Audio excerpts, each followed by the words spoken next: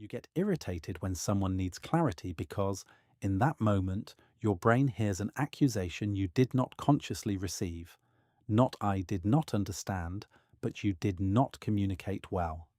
Not "help me see it," but "prove you know what you are talking about." And if that sounds dramatic, notice how fast your body reacts anyway. A tightening in the chest, a snap in your tone, a sudden urge to repeat yourself louder, like volume is the same thing as precision. Quick thing before we go deeper. We are building toward 1,000 subscribers, and if this kind of psychological breakdown is your thing, subscribing genuinely helps this reach the people who need it. And if you want the algorithm to actually distribute content that is not brain rot, a like helps more than it should. Now, let me frame this in a way most people never do. This is not really about other people being slow. It is not even primarily about patience. It is about what clarity requests do to status, to control, and to your sense of competence in real time. You are not reacting to the question. You are reacting to what the question implies inside the social game your nervous system thinks you are playing. And yes, it is a game. Not in a cynical way, in the evolutionary way. Humans are a status-sensitive species. We track who understands, who leads, who confuses, who wastes time, who causes risk. Clarity is not just information.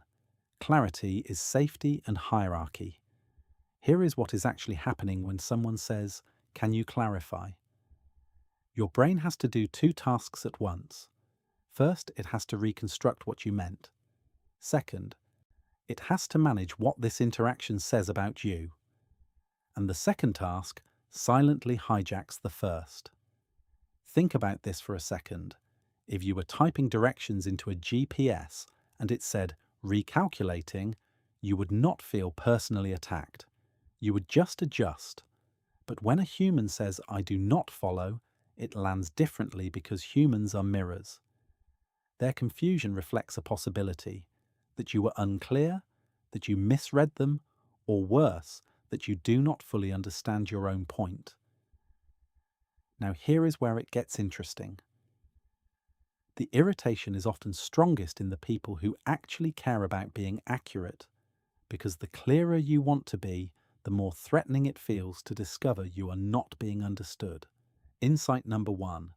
Clarity requests trigger a competence threat, not a comprehension problem. There is research on ego threat and self-affirmation showing that when people feel their competence is questioned, they become more defensive and less cognitively flexible. And that is the key detail: less flexible. The exact mental quality you need to clarify well is the first thing that collapses when you feel threatened. So you do the opposite of what works. You repeat the same sentence, you add more details that assume the same background knowledge, you speed up, you get sharper. Your explanation becomes a performance, not a translation. Let me show you what I mean. Someone says, "What do you mean by scalable?" And you answer, "I mean scalable," like it scales. It scales up. That is not clarification.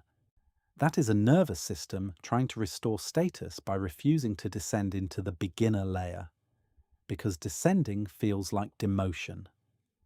Notice the pattern here. The more someone's question forces you to go basic, the more irritation spikes. Not because the question is stupid, but because basic explanations feel like social compression. You go from expert mode to remedial mode in one sentence, and your identity resists it. And the identity part is not optional.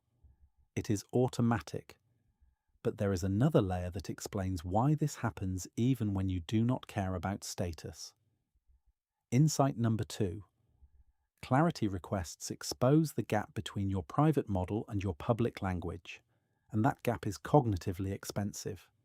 Inside your head, your idea is not words. It is a network. Images, experiences, assumptions, emotions, priorities, and conclusions all bundled together. When you speak, you compress that network into a narrow tube, linear language. The other person does not receive the network, they receive the tube.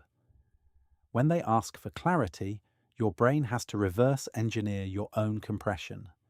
You have to reopen the network, find what you left out, and rebuild a better tube. That is real work, and your brain treats unexpected work as a cost, and cost as irritation. This is why you can be calm all day, and then a single "wait, what?"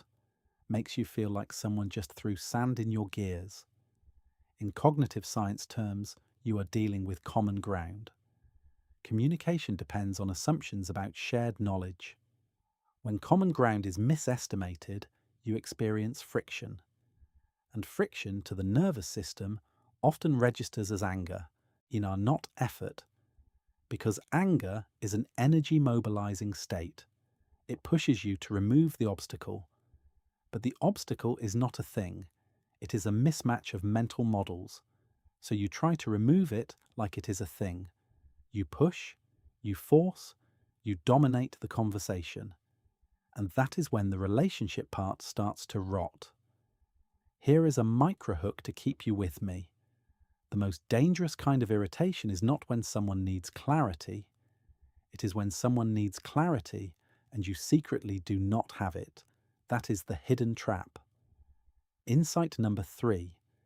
Irritation is often a defensive smokescreen that protects you from confronting your own ambiguity. Most people think, I am irritated because they are not getting it. But the deeper reality is sometimes, I am irritated because I am not sure what I mean. And your question is forcing me to find out. This is why certain questions feel like a spotlight. What is the goal? What do you want from me? What exactly are we deciding? These are clarity questions that collapse vague authority. You can sound powerful while being vague. Clarity strips that. In organizations, vagueness is often a political tool. It gives you flexibility. It lets you shift later. It avoids commitment. So when someone asks for clarity, your nervous system might interpret it as an attempt to pin you down. Even in personal relationships, what do you mean by that? Can sound like a courtroom. It forces definition, and definition forces accountability. So irritation becomes a preemptive strike. If you make the other person feel annoying for asking, they will stop asking. And if they stop asking, you never have to solidify your stance. Now be honest with yourself. You have done this. I have done this, not because we are evil, because ambiguity gives us psychological oxygen. Clarity can feel like a cage, but it gets darker, because sometimes you are not reacting to their confusion at all. You are reacting to being slowed down. Insight number 4, clarity requests trigger tempo control, and tempo is power. In any interaction, someone sets the pace. The person who sets the pace often feels like the leader, even if they are wrong. If someone keeps stopping you for clarification, they are taking tempo away from you. They are forcing you to justify instead of assert. They are switching you from broadcast mode to dialogue mode. Dialogue is slower. Dialogue requires listening. Dialogue implies the other person has veto power over whether your message is good enough. If you have a personality style that relies on speed, decisiveness, or momentum, clarity questions feel like sabotage, not logically, somatically. Your body reads it as obstacle equals threat. This is why you can be completely polite in email and then in real-time conversation you get irritated. Real-time tempo shifts hit the nervous system harder because you cannot edit yourself. You are exposed. Now stay with me because this next part recontextualizes everything. The irritation is not just about them, it is about the part of you that is addicted to being understood without having to do the work of understanding. Let that land. Because being understood is not a one-way achievement. It is co-created. It depends on what the other person knows, what they expect, what they fear, what they are willing to admit they do not know. So if you are the type who prides yourself on being clear, you might be using clarity as a self-image. And when someone needs clarity, it does not just slow you down. It threatens your identity as the person who explains things well. And identities do not like being threatened. They retaliate. Okay, midpoint shift. Flip everything I just said and ask, what if the person asking for clarity is not challenging you, but testing safety? Because clarity is not only intellectual, it is emotional. When someone says, "Can you clarify?" they might mean I am lost, but they might also mean I do not know where I stand with you. I do not know what you expect. I do not know if I'm about to be punished for guessing wrong. If you have ever worked under a vague manager, and you know this, they give broad instructions, you deliver, then they say, "That is not what I meant." So you start asking for clarity to reduce punishment. Clarity becomes self-defense. Here is the mechanism behind this. Uncertainty increases cortisol and vigilance. The brain hates unresolved prediction. It would rather have bad certainty than endless ambiguity. So people ask questions to close the loop. And if you are the one who created the ambiguity, their question confronts you with your impact, not your intention. Your impact. That can create shame. And shame often wears the mask of irritation. So in a weird way, your irritation can be a signal that the other person is demanding a safer world than you are currently providing. Now watch what happens when we apply this to your personal life. If your partner asks, "So are we still seeing your family this weekend?" and you feel irritated, it might not be about the question. It might be that you hate being pinned down, because pinned down means you cannot improvise later. You cannot escape later. You cannot reshape reality later. Or when someone says, "What do you want me to do right now?" and you snap, it might be that you want them to read your mind, because mind reading would confirm intimacy without vulnerability. If they can anticipate you, you do not have to risk asking directly. Clarity forces directness. Directness forces vulnerability. Vulnerability threatens control. Control loss can feel like irritation. You see how layered this is? So what do you do with it without turning into a soft, over-explaining robot? Here is the synthesis. The unified model. When someone asks for clarity, 3 meters light up in your brain. Meter 1, competence. Do I look smart and capable? Meter 2, control. Am I setting the tempo and the terms? Meter 3, commitment. Am I being forced into a definition that limits future options? Your irritation level is basically a readout of which meter is flashing red. If competence is flashing, you will respond with defensiveness, repetition, or condescension. If control is flashing, you will respond with impatience, rushing, or pressure. If commitment is flashing, you will respond with vagueness, jokes, or irritation designed to shut the question down. And here is the practical framework that changes everything. Before you answer, label the meter. Not out loud. Internally. Ask yourself, in the exact moment you feel the spike, which meter is this hitting? If it is competence, the correct move is not to explain harder, it is to downshift the status game. Say, "Good question. I might have skipped a step." That single sentence tells your nervous system, we are not in a courtroom, we are in a lab. If it is control, you need to name the tempo shift. Let me slow down and define 2 terms, then it will click.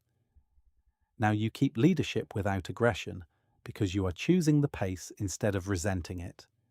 If it is commitment, you need to separate clarity from commitment. I can clarify what I mean so far, but I am not deciding yet. That removes the hidden fear that answering equals locking yourself in. This is why most advice fails. People say, just be patient. That is moral advice. It ignores mechanism. Patience is not a virtue you summon. It is a threat response you disarm, and one more detail that makes you dangerous in a good way. When someone asks for clarity, treat it like a diagnostic tool. Their confusion points to the exact missing assumption in your model. The best communicators are not the ones who never confuse people. They are the ones who can use confusion as data, because confusion reveals where the map does not match the territory. So next time you feel that irritation, do not ask, why are they not getting it? Ask, what did I assume they already knew, and why did I assume that? That question turns irritation into precision. It turns ego defense into systems thinking, and it changes how people experience you. You stop being the person who gets sharp when questioned. You become the person who gets clearer when challenged. That is rare. That is leadership. If this is landing, I want you to run a quiet experiment this week. The next time someone asks for clarity, notice your first impulse, then say one sentence that lowers the status temperature and raises the shared model. Something like, let me define what I mean by that, or let me back up one step, or here is the simplest version. Not because you owe them, but because it keeps your own mind clean. Because the final truth is this: irritation is often your brain trying to protect an identity, not protect the conversation. And when you see that, you get a choice. You can defend the identity, or you can build the connection. So here is the question I will leave you with. When someone asks you to clarify, what exactly do you think you are losing? If this changed how you see your own irritation, tell me what meter flashes for you most often: competence, control, or commitment. And the next time someone says, can you clarify, try answering like you are building a shared world, not winning a trial.